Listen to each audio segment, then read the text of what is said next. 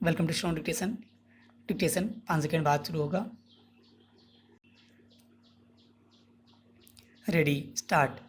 युद्ध काल में हमेशा चौकन्ना रहना होता है। उस समय खास तौर पर जब शत्रु अज्ञात हो।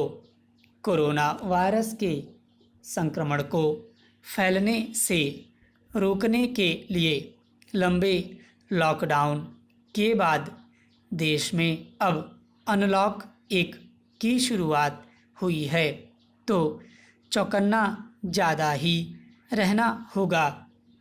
लॉकडाउन में मिली छूट का मतलब सिर्फ इतना ही समझा जाना चाहिए कि कोरोना वायरस रूपी इस दुश्मन से मुकाबला अब देश की अर्थव्यवस्था को पटरी पर लाने की कवायद करते हुए करना है। हालांकि यह बात सही है कि लॉकडाउन में सख्ती की वजह से ही कोरोना संक्रमण का प्रसार रोका जा सका है, लेकिन विशेषज्ञों के उस आकलन को भी ध्यान में रखना होगा जिसमें कहा गया है कि देश में आगामी 2 माह में कोविड संक्रमण और तेज़ी से बढ़ने वाला हो सकता है। केंद्र सरकार की घोषणा के मुताबिक 8 जून के बाद नॉन कंटेनमेंट जोन में होटल, रेस्टोरेंट, शॉपिंग मॉल्स व आराधना स्थलों को भी खोला जाना है, यानी लगभग हर तरह की छूट। जाहिर है आने वाले सप्ताह में अब तक घरों में रहने वालों की आवाजाही और बढ़ने वाली है। आराधना स्थलों और मॉल्स में जहां भीड़ भाड़ रहती ही है, सोशल डिस्टेंसिंग व मास्क लगाने की अनिवार्यता की पालना कराना आसान नहीं होगा।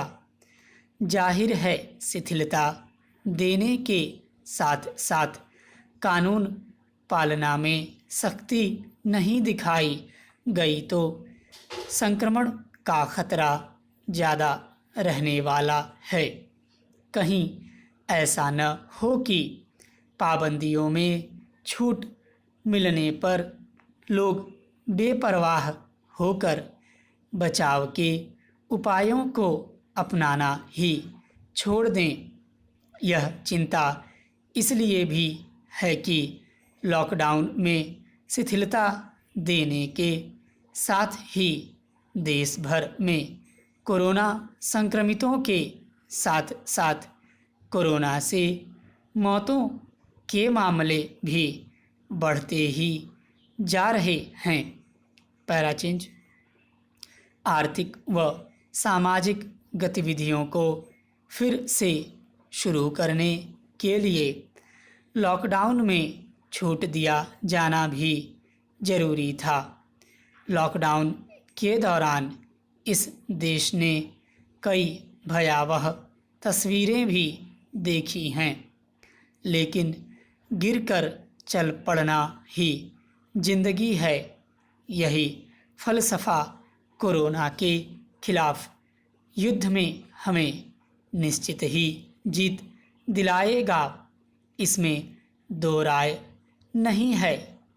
फिर भी इस चिंता को तो जेहन में रखना ही होगा कि जैसे ही लोग सड़कों पर आना शुरू होंगे, लापरवाही बरती तो कोरोना संक्रमण का खतरा बढ़ सकता है।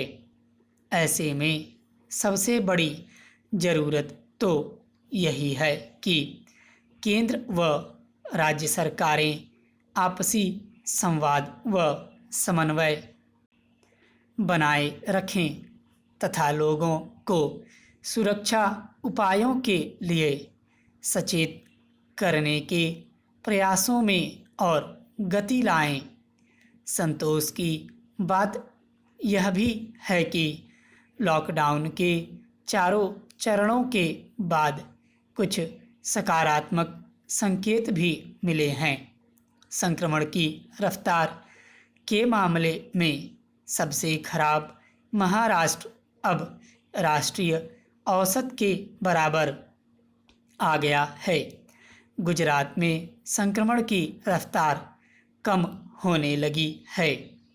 दूसरी ओर राजधानी दिल्ली में पिछले 4 दिनों में रोज़ 1000 से भी ज़्यादा कोरोना संक्रमण के मामले, केरल में फिर आ रहे प्रकरण और असम में तेज़ी से बढ़े संक्रमितों ने चिंता बढ़ा दी है।